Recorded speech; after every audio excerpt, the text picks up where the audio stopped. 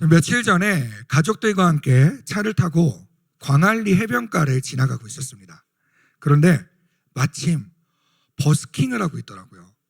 그래서 가수 한 명이 정말 애절한 목소리로 사랑 노래를 막 부르고 있었습니다. 그런데 갑자기 그걸 듣고 있던 뒷좌석에 있던 제 4살짜리 큰아들이 저한테 이렇게 질문하는 거예요.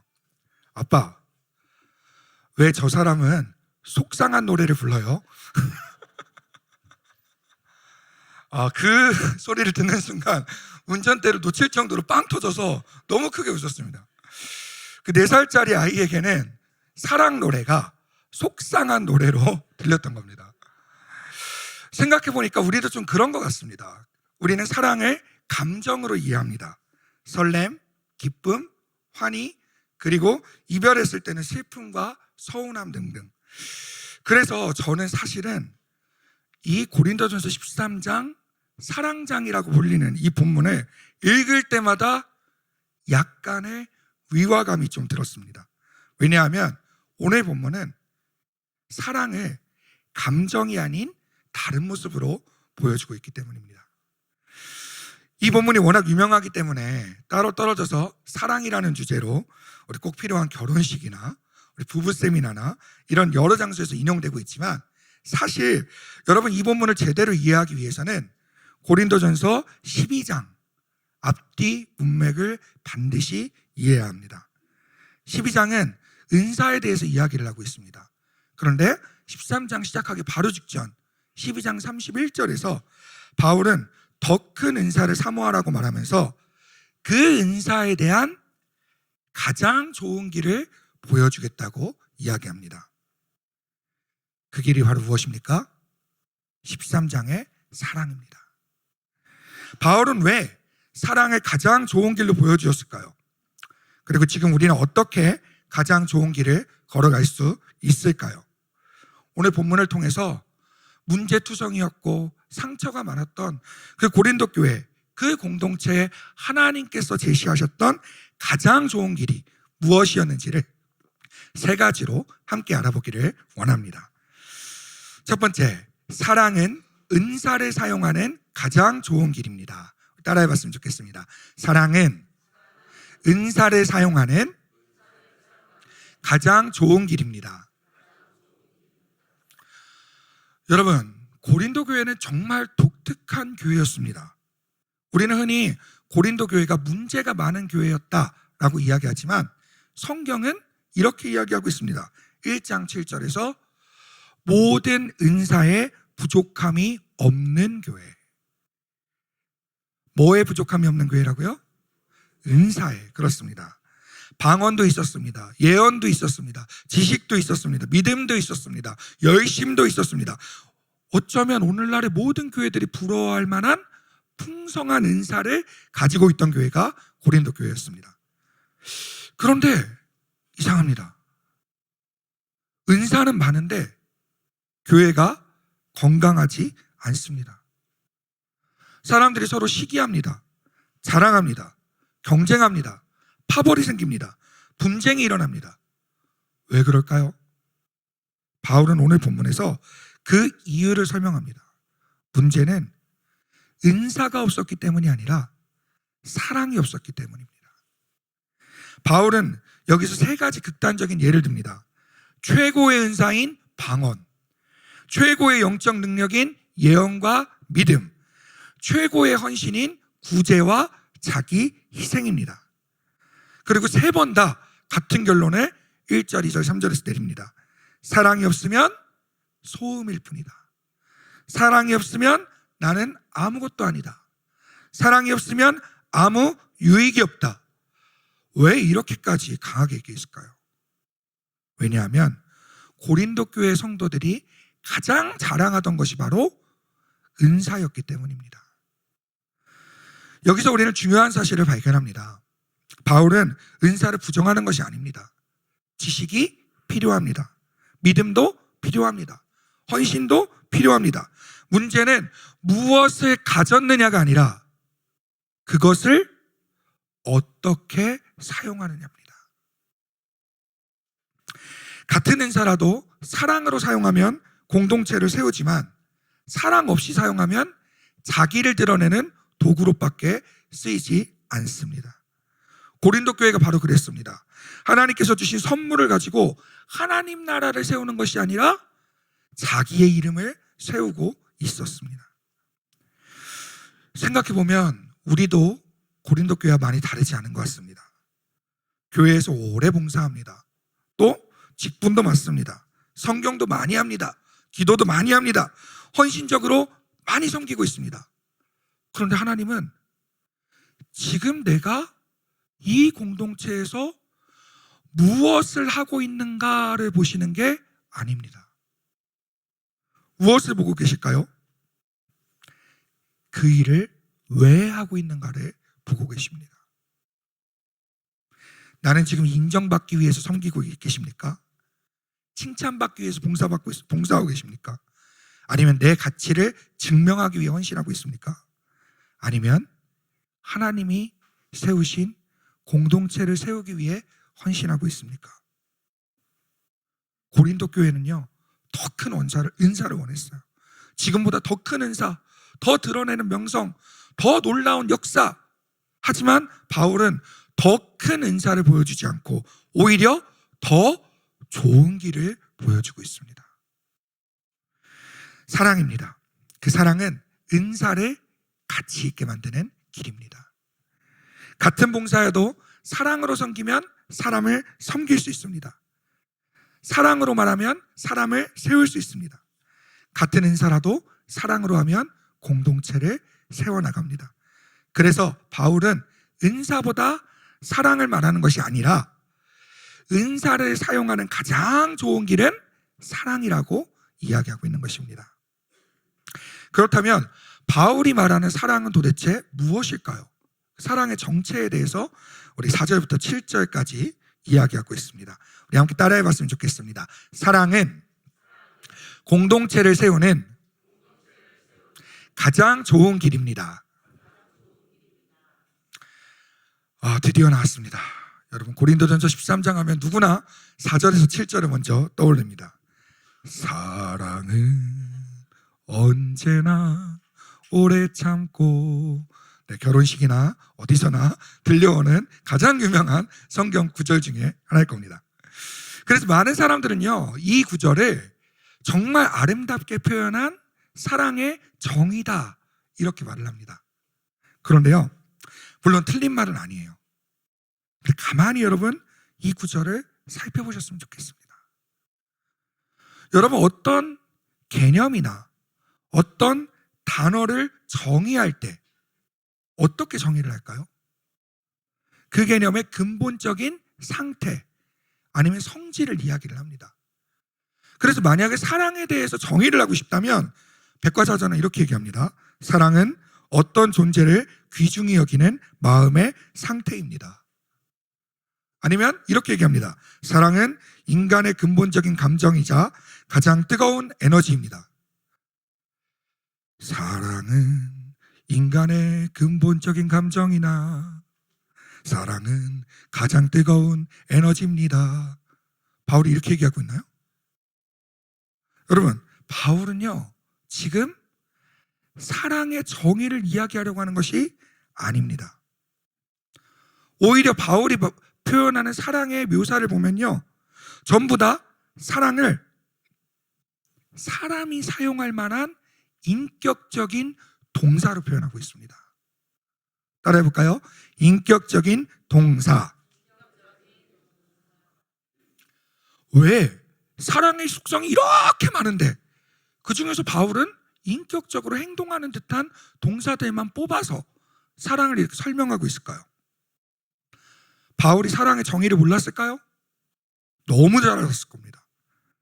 이 구절은요, 표면적으로는 사랑의 아름다움을 나타내는 창가처럼 보이지만 사실 이 구절은요, 지금 시기하고 자랑하고 무례하게 행하고 자기 유익만 구하고 있던 고린도 교회의 민낯을 그대로 비추는 고발장이자 거울입니다.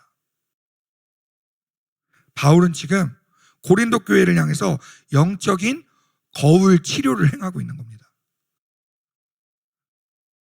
고린도 교회 성도님들 잘 들어보십시오. 사랑은 시기하지 않습니다. 그런데 여러분은 시기하고 있습니다. 성도님들, 사랑은 자랑하지 않습니다. 여러분의 모습을 보십시오. 여러분은 자랑하고 있습니다. 여러분, 사랑은 교만하지 않는다고 합니다. 그런데 여러분은 교만하고 있습니다. 여러분, 사랑은 무례행하지 않습니다. 여러분은 무례행하고 있습니다. 여러분, 이 사랑을 표현한 모든 모습들을 보십시오. 고린도전서 1장부터 13장까지 나타났던 모든 고린도 교회의 민낯들을 그대로 바꾸어 말하고 있는 겁니다. 바울은 이상적인 사랑의 모습을 설명해 주는 것이 아니라 오히려 지금 너희들이 하고 있는 이 모습은 사랑의 반대 모습이다 라고 말씀하고 있는 겁니다.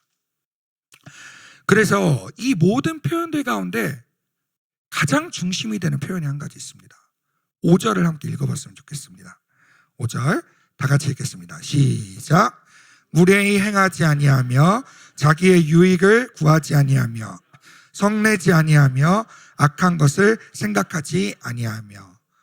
이 중에서도 사랑은 자기의 유익을 구하지 아니하며, 이 문장에 여러분 주의 깊게 보셨으면 좋겠습니다. 사실 이 문장 하나가 고린도전서 전체를 이해하는 열쇠라고 생각합니다. 여러분 생각해 보십시오. 고린도 교회의 문제는 뭐였죠? 1장에서 4장까지는 파당이 있었어요. 바울파, 아볼로파, 게바파, 그리스도파. 그것은 무엇을 구하고 있었죠? 자기 편을 만들고 있었어요. 그리고 6장에서는 성도들끼리 세상 법정에서 소송을 벌였습니다. 왜 그렇겠죠? 자기 권리를 포기하지 않았기 때문입니다. 잘 생각해 보십시오. 8장에서 10장까지는 우상에 대한 문제가 나타납니다. 그 우상에 대한 문제는 본질이 뭐였습니까?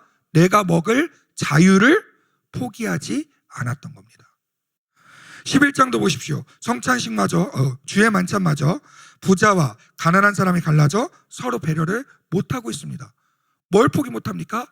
자기 배부름을 포기하지 못했던 겁니다.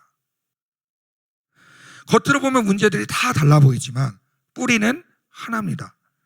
자기의 유익을 구하는 마음입니다.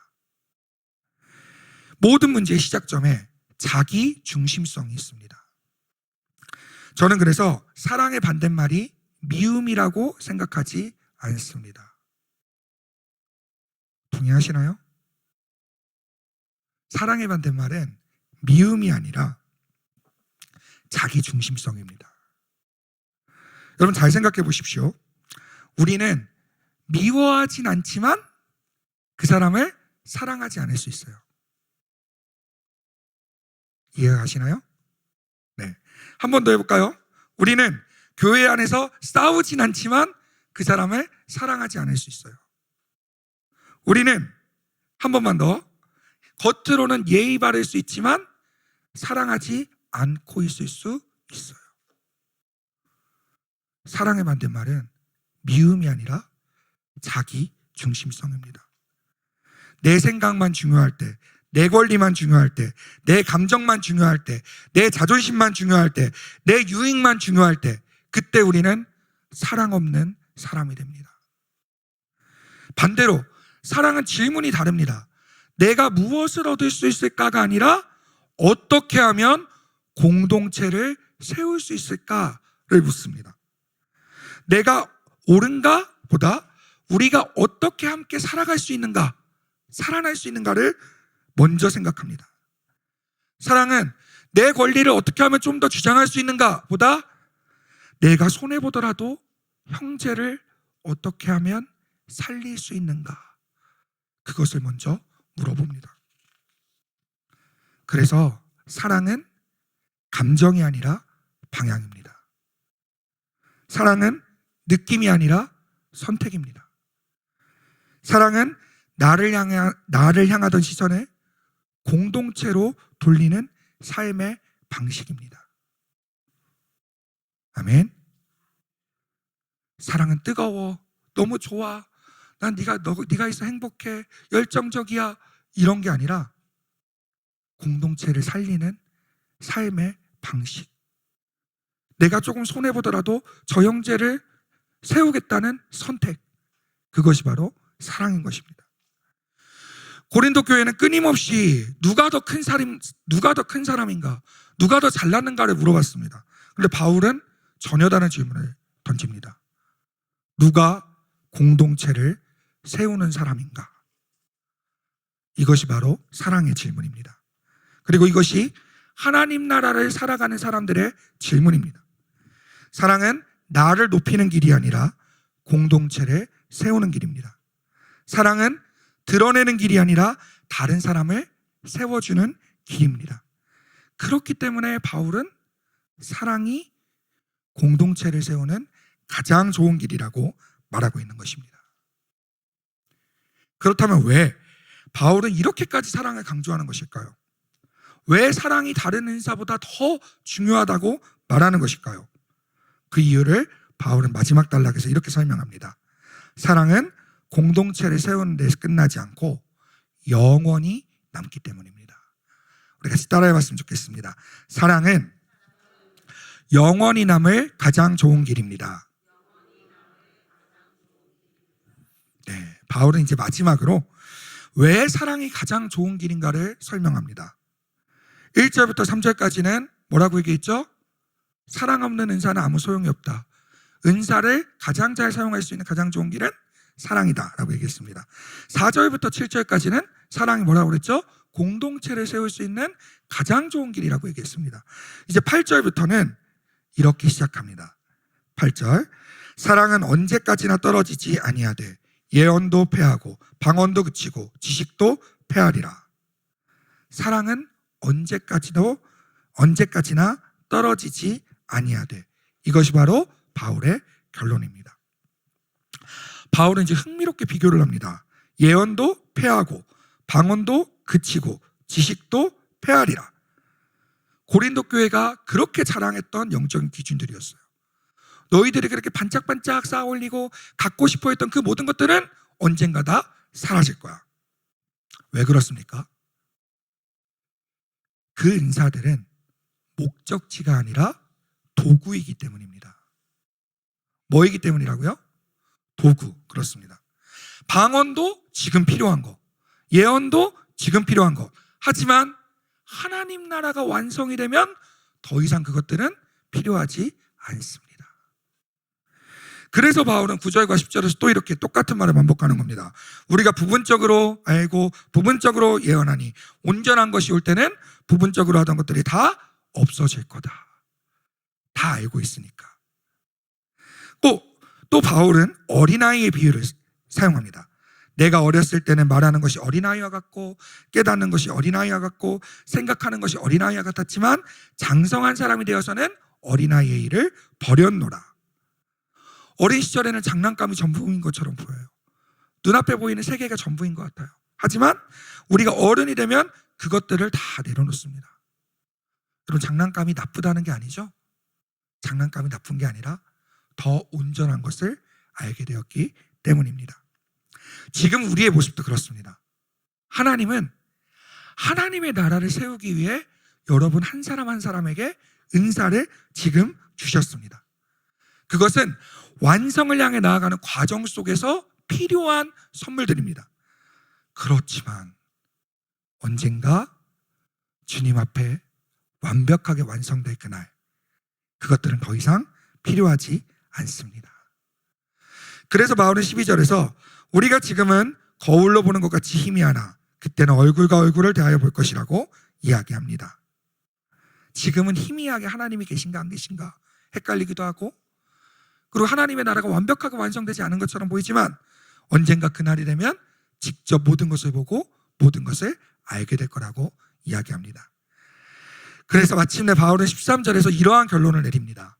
여러분 다 아시는 말씀이죠? 너무 유명한 말씀, 다 같이 한번 읽어보겠습니다. 시작.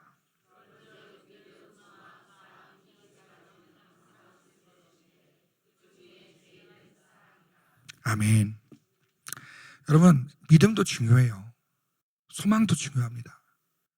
그런데요, 믿음은 언젠가 주님을 보게 될 때 실제로 이루어집니다. 우리가 바라는 소망은 그 나라가 완성될 때 완벽하게 성취됩니다. 하지만 사랑은 하나님 나라가 완성된 후에도 계속되는 하나님 나라의 생활 방식입니다. 사랑은 언어가 아니고 이 땅에서만 필요한 것이 아니고 하나님 나라에서 영원토록 남을 가치입니다. 우리는 정말 너무 많은 것에 목숨을 겁니다. 사람의 인정에 목숨을 걸기도 하고 직분에도 목숨을 걸기도 하고 성공에도 목숨을 겁니다. 내 이름을 어떻게든 남겨야겠다라는 일에 목숨을 겁니다. 그런데 바울은 오늘 말씀을 통해 이렇게 얘기하고 있습니다. 네가 그렇게 열심히 목숨 걸고 하고 있는 일들이 영원히 남을 일들이니? 주님 앞에 섰을 때도 그것들이 다 남아있을까? 그 질문 앞에서 바울의 대답은 분명합니다. 사랑만이 남아있을 거야. 그렇기 때문에 사랑은 가장 좋은 길입니다. 사랑은 은사를 가치 있게 만들고 사랑은 공동체를 세우며 사랑은 영원히 남습니다. 그러므로 사랑은 단순히 지금 필요한 삶의 기술이 아닙니다. 사랑은 영원한 하나님의 나라를 우리의 발로 살아내는 가장 좋은 길입니다. 사랑하는 성도 여러분, 오늘 이 말씀을 듣고 이제 예배당 문을 나갈 때 우리의 일상에서 이 사랑을 어떻게 살아내야 될까요?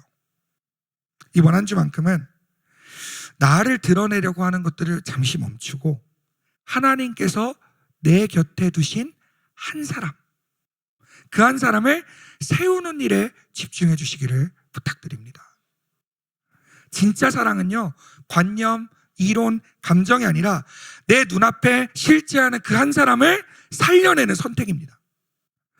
오늘 여러분 점심 식사하시고 각자의 자리로 돌아가실 때 정말 구체적으로 떠오르는 목원들이나 지체가 있다면 격려의 카톡 한번, 정말 외로워하는 이웃이 있다면 따뜻한 안부, 보이지 않는 곳에서 묵묵하게 봉사하는 분들이 있다면 커피 한 잔, 그것도 힘들다면 여러분이 생각나게 해주시는 그분을 위해 골방에서 중보기도 하는 것, 이것이 바로 사랑입니다. 대학생이었던 저는 사실 하나님이 정말 살아계신지 모르겠다, 왜 내 기도는 안 들어주시지 하고 절망하고 쓰러져 있던 시절이 있었습니다. 그런데 그때 저에게는 그런 고민을 전화로 했을 때 밤 12시에 직접 달려와서 저를 태우고 충청도에서 강원도 강릉까지 바다를 보여주러 태우러 가셨던 한 선생님이 계십니다. 그 선생님은 신학적인 뭔가 날카로운 지적과 해답을 주신 게 아니었어요. 그 선생님이 뭔가 저에게 엄청난 부를 베풀어 주시거나 그런 게 아니었어요. 하지만 그 선생님이 함께 옆에 있었던 그 시간을 다시 생각해 볼 때, 그때 하나님께서 나를 버리시지 않으시고 이 선생님을 통해서 하나님의 사랑을 보여주셨구나 라는 것을 알게 됐습니다. 제가 지금 이 자리에 서 있는 것도 사실 그날 이후 그 선생님의 한 분의 사랑에 비친 자가 되었기 때문에 저도 그런 사람이 되고 싶어서 이 자리에 서 있는 것입니다. 사랑하는 성도 여러분, 어둠 속에 갇혀있는 우리 남편에게, 낙심한 내 자녀에게, 또 상처 입은 우리 지체들에게 필요한 것은요, 대단한 은사나 성경적인 지식이나 날카로운 지적이 아닙니다. 그분들을 위해서 기꺼이 나의 시간을, 자신의 유익을 내려놓는 그 작은 사랑의 발걸음이 한 사람을 세워갈 것입니다. 바울은 12장 마지막 절에서 내가 또한 가장 좋은 길을 너희에게 보이리라 선언했고, 그 가장 좋은 길은 사랑이었어요. 그리고 하나 더 이어서 14장 1절에서 이렇게 얘기합니다. 사랑을 추구하라 명령합니다. 여러분, 그 사랑을 추구하십시오.